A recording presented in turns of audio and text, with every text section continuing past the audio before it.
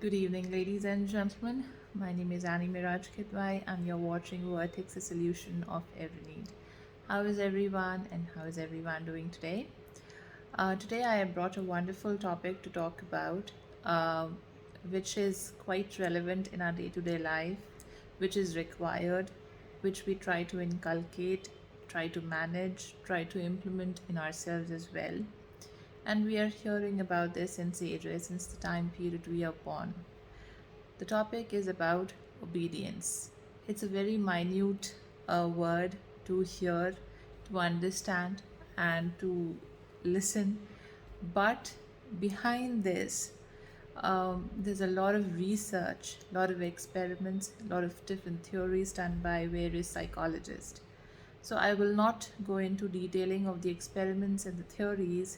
Rather, I'll come to the gist of all those experiments in the field of psychology and human psychology that was done, so that through this medium you can upskill yourself, you can implement these processes, these methodologies and techniques in your life, can bring in your subject knowledge or implement in your institutions as well. Institution is not necessarily always professional, it could be your home life, family life as well. So my videos are a point where I scratch the curiosity of people to learn, to research, to upskill, upgrade themselves as the time is progressing, and to learn everything, learn anything new, and every time something new. So this is how we upgrade ourselves. So that's all about the introduction. Coming to the topic of today that I want to record and communicate in this video is about obedience.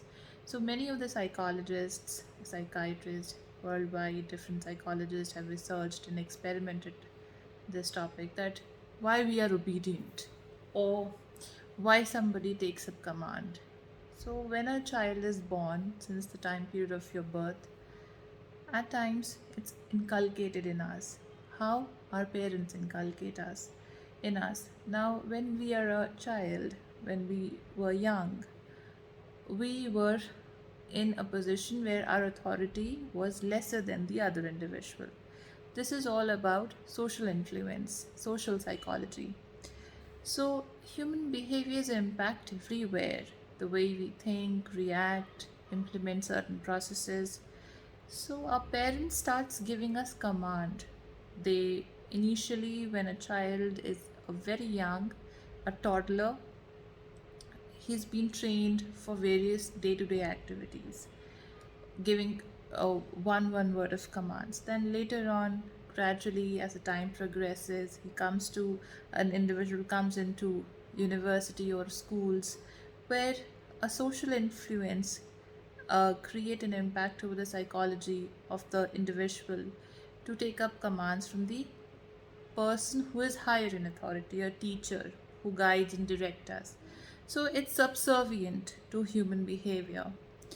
And moreover, when the person is coming into the adulthood, of course, in the offices, to your superior figures, authorities, as a responsible citizen, to the obedience to the law and order, obedience to the as a responsible citizen, as a neighbor, or as a professional. If you are a doctor, if you're a teacher, if you are a politician, obedience to your work, to your job. So obedience has a lot many forms, and it is a behavior which is inculcated in us since the birth of a child, of an individual.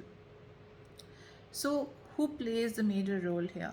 When you have behavioral issues, when you are unable to take up commands, you've been not trained in a proper way. You've been not um, brushed up in a way since a young child, since a young individual, at the age of 3 or 3.5, where um, you have not given that privilege to your child to learn and take up commands in a way that is socially acceptable. Now, there are different sort of personalities.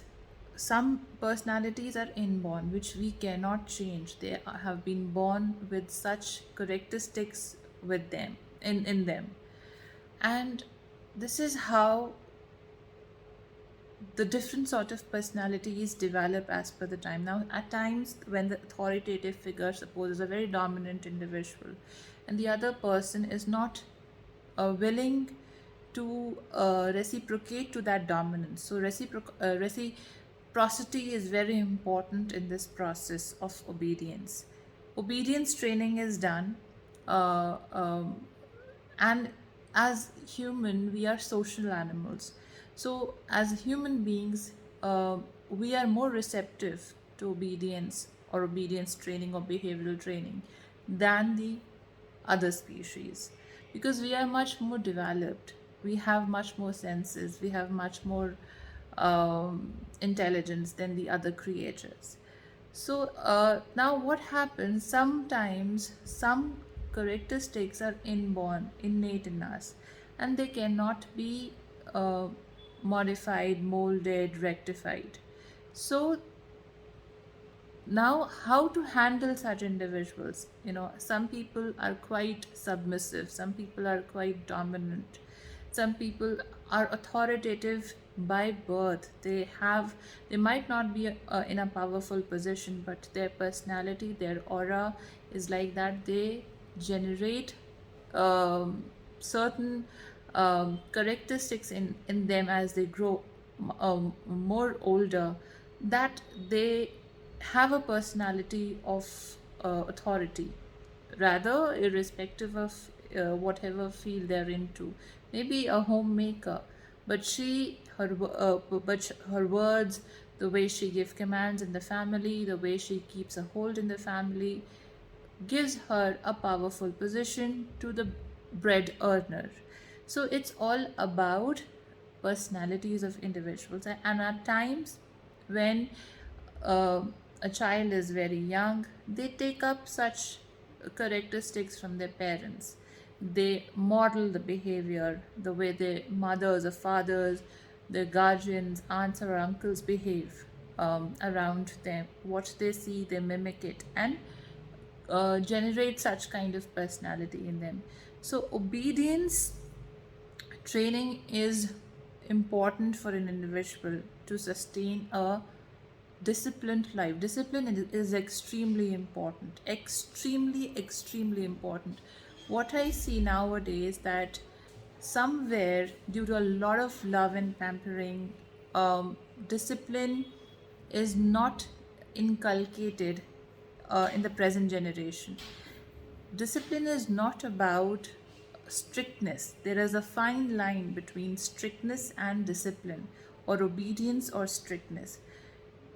If when you are obedient, you are disciplined. For example, if I've been as a citizen, for example, I have to stop my car, my vehicle at red light. I have to stop it. This is obedience to the law. This is discipline.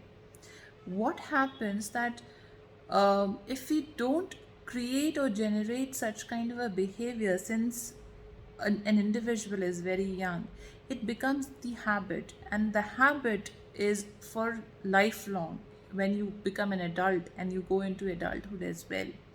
So it's important that the teachers, the educators, and especially the parents should practice discipline at their home. Discipline is an extremely important um, prodigy to be successful in life. You have to sleep at the right time, you have to get up at the right time, eat the right food, healthy diet for yourself, discipline for hygiene, obedience for taking up such commands, and learning and implementing in yourself as well, and generating a positive personality. I'm not saying that over discipline or over obedience is good. Anything which is in excess is definitely not positive.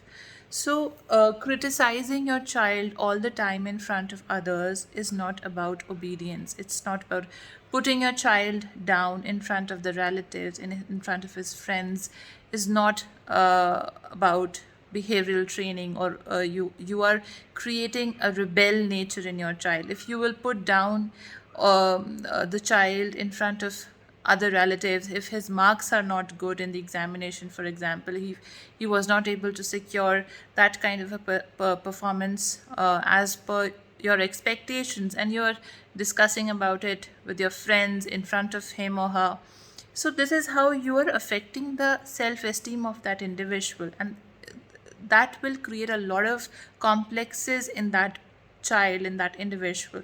So discipline is not about putting others down or dominating an individual, or obedience is not about dominating somebody.